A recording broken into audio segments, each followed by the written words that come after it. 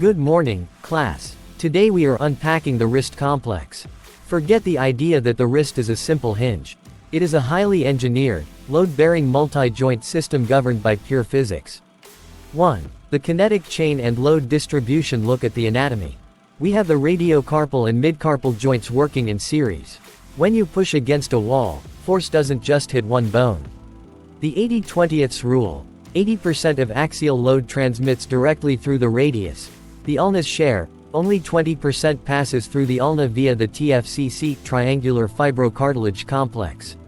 Clinical application. A fall on an outstretched hand, FOOSH, regularly fractures the radius precisely because of this 80% force concentration. 2. Torque, levers, and MA. The wrist operates primarily as a third-class lever. The trade-off: the muscles insert very close to the joint axis. This means a short mechanical advantage, MA. The benefit: we sacrifice raw force to gain incredible velocity and range of motion. The consequence: because the MA is short, your wrist flexors and extensors must generate internal forces up to 4 times greater than the actual weight you hold in your hand just to maintain equilibrium. 3. The instantaneous center of rotation, I-core. Where does movement actually happen? The I-core for both flexion, extension and radial ulnar deviation is not fixed. It constantly shifts, but it anchors tightly within the capitate bone.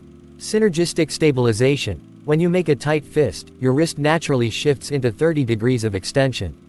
Length-tension relationship. This specific angle optimizes the length-tension relationship of your finger flexors. If your wrist flexes while gripping, the active insufficiency drop-off is massive. You lose over 70% of your grip strength. 4. Clinical takeaway: as physiotherapists, you cannot treat wrist pain by looking at one bone. If a patient loses mobility in the proximal carpal row, the torque vectors shift, loading forces skyrocket, and tissue failure occurs. To fix the movement, you must balance the levers. Thank you.